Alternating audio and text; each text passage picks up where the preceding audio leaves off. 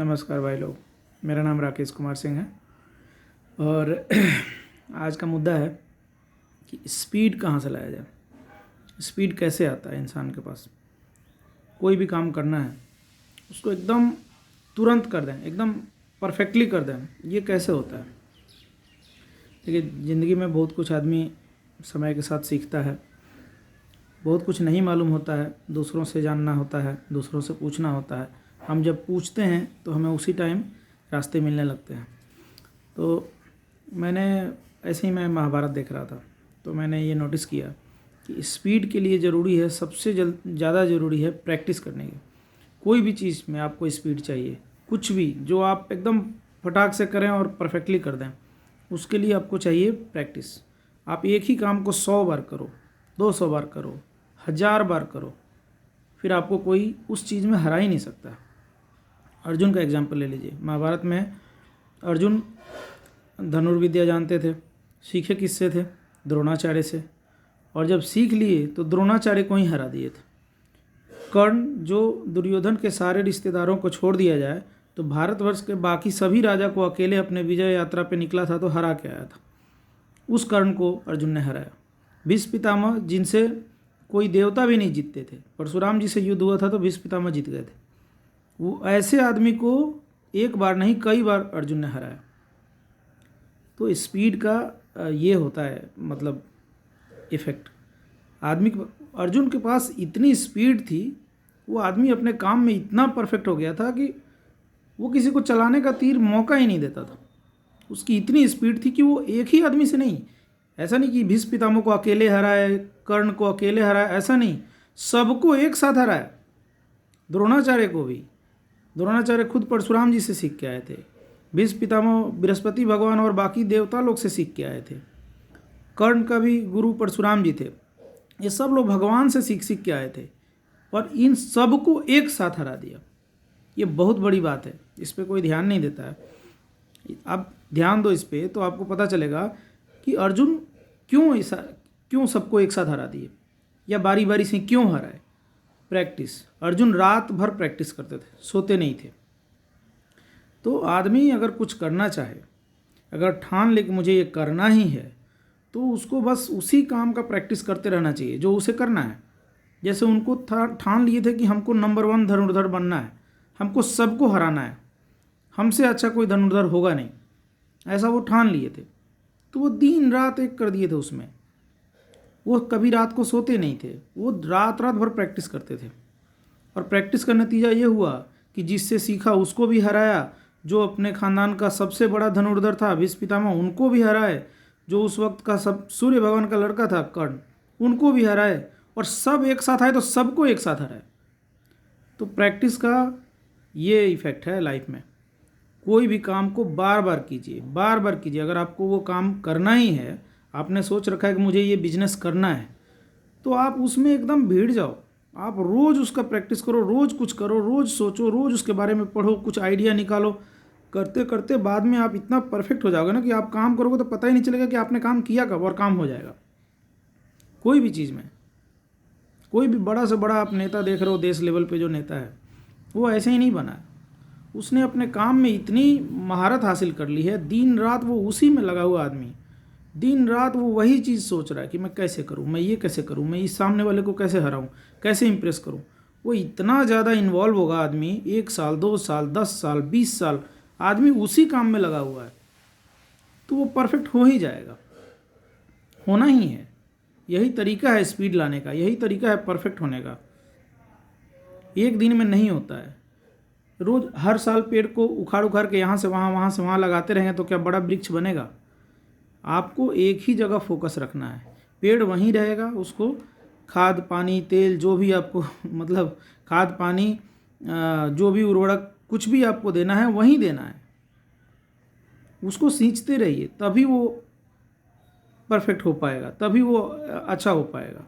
आपको एक ही चीज़ पे फोकस रखना है। रोज़ फोकस आप चेंज करेंगे, आज ये कल वो परसों वो, आप कुछ भी नहीं करेंगे। और जब एक ही चीज़ पे आप कंटिन्यूसली लगे रहेंगे 1 साल 2 साल 5 साल 10 साल 20 साल, फिर जो आपका रिजल्ट निकलेगा, जो आपका प्रैक्टिस हो जाएगा, उस प्रैक्टिस को कोई दबा नहीं पाएगा। आज पूरा देश का नेता लोग मिलकर भी मोदी को हरा नहीं पा रहे। कारण क्या है?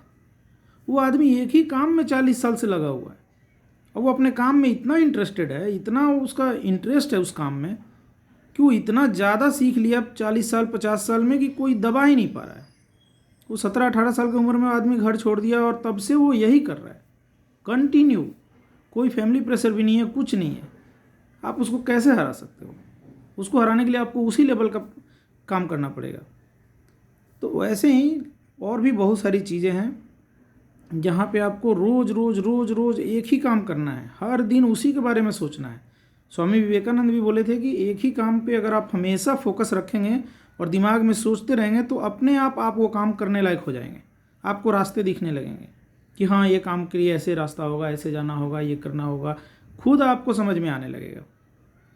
जब आप सोचेंगे तब आप किसी से पूछेंगे, किसी से राय लेंगे। कोई बोलेगा अरे आपसे नहीं होगा, क्यों? अगर आप पूछेंगे क्यों नहीं होगा, वो आदमी खुद ही आपको 10 रास्ते दे देगा। जैसे आपको कोई काम आपको करना है और आप किसी को बोल रहे हो, वो बोलता है कि नहीं ये तुमसे नहीं होगा। आप पूछो क्यों? क्यों तो वो आपको 5 कारण जरूर बता देगा कि कैसे होगा। मतलब वो तो आपको यही बताएगा कि आपसे क्यों नहीं होगा, लेकिन उसी में तो रास्ता छुपा है।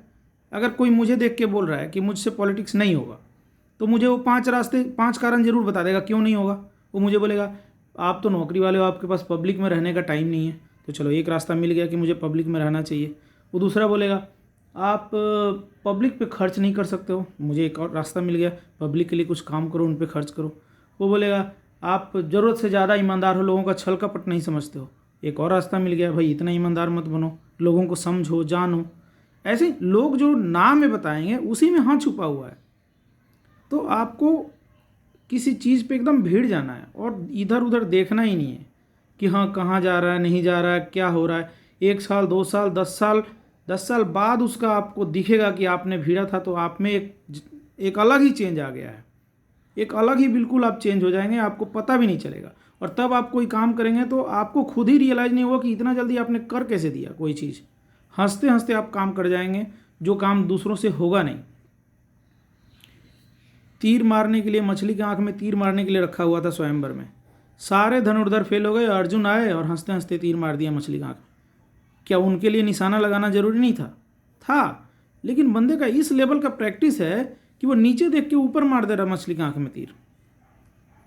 आप अंदाज़ा लगाओ, मछली घूम रही है, स्थिर भी नहीं है, वो बंदा नीचे देख रहा है, पानी में, तेल में, जो भी था उसमें देख के ऊपर मार दिया। तो प्रैक्टिस ये होता है और इसी से स्पीड आता है। आदमी इतना ज़्यादा प्रैक्टिस कर ले अपने काम का कि उसकी स्पीड को कोई हरा ही नहीं पाए, कोई नहीं हरा सकता। तो मतलब कुछ चीज़ें हैं जो पौराणिक चीज़ें हैं, उनसे भी हम सीख सकते हैं अगर आप ध्यान से देखो तो। क्यों कोई अर्जुन को नहीं हरा पा रहा था? क्या कारण था? यही कारण था, प्रैक्टिस। एक ही काम का प्रैक्टिस कई सालों तक, और बिना थके, बिना हारे, बिना दिमाग को डाइवर्ट किए, एकदम उसी पे फोकस। तो उस आदमी को कोई हरा नहीं सकता। हम आप भी इसी रास्ते पे चलें तो हमको भी कोई हरा नहीं सकता है। एक ही काम जो आपने चुना है, जिसमें आपका मन लगता है, जो आपको लगता है कि यही मुझे करना है, पहले तो दिल से पूछना है कि करना क्या है। और जब माइंड सेट हो जाए कि हमको यही करना है लाइफ में, उसके बाद आप उसमें ऐसे भीड़ो कि आपको लगे कि मैं दुनिया में और कुछ मुझे दिख ही नहीं रहा है।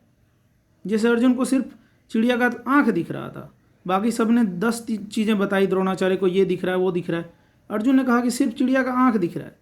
क्योंकि उनका फोकस ऐसा ही था, वो किसी चीज़ को देखते थे तो उसमें अपना कैसे देखना है, उनका एक नज़रिया चेंज हो गया था। तो ऐसे ही आदमी को बनना पड़ेगा, तब जाके वो जीतता है। कुछ चीज़ें आदमी समय से धीरे धीरे सीखता है। तो मैंने ये ऑब्जर्व किया, मैंने सोचा आप लोगों के साथ शेयर किया जाए। तो स्पीड आएगी प्रैक्टिस से, और प्रैक्टिस तब आएगी जब आपका दिमाग शांत रहेगा, एक ही चीज़ पे फोकस रहेगा। रोज़ माइंड सेट बदलेगा तो प्रैक्टिस नहीं हो पाएगा, स्पीड नहीं आ पाएगी। और आज के दुनिया में बिना स्पीड के आप कुछ कर नहीं सकते हैं। आप धीरे धीरे आराम से कोई भी काम करेंगे तो आप किसी से जीत नहीं सकते हैं। बहुत तगड़ा कंपटीशन चल रहा है, पढ़ाई लिखाई से लेके किसी भी चीज़ में आप चले जाओ। 16 लाख लड़के मेडिकल का एग्ज़ाम दे रहे हैं, 80,000 सेलेक्ट होते हैं। बताओ आप कहाँ हो? उतने लड़कों को हराने की कैपेसिटी होगी तब ना आप आगे आओगे। 5 लाख लड़के एग्ज़ाम दे रहे हैं और 200 लड़के IAS IPS सेलेक्ट होते हैं, टॉप 200। आपको उसमें आना है तो आपको कितने प्रैक्टिस की ज़रूरत है, कितने स्पीड की ज़रूरत है आपको। बिना स्पीड के आप बड़े लेवल पे पहुंच ही नहीं सकते। स्पीड बनाने के लिए प्रैक्टिस चाहिए, और प्रैक्टिस के लिए एक ही चीज़ पे फोकस चाहिए और रोज़ वही काम करना है। भले इतना सा करना है लेकिन रोज़ उसी पे करना है, अपने आप को डेली इम्प्रूव करना है। बाद में एक ऐसा टाइम आएगा कि आपको रास्ता मिल जाएगा और आप आराम से आगे बढ़ते चले जाओगे। समय लगेगा लेकिन रास्ते बंद नहीं होते, रास्ते मिलते हैं। समय लगता है, जब आपका प्रैक्टिस उस लायक हो जाएगा तो आप अपने आप रास्ता निकाल लेंगे। ठीक है, आज के लिए इतना ही, धन्यवाद।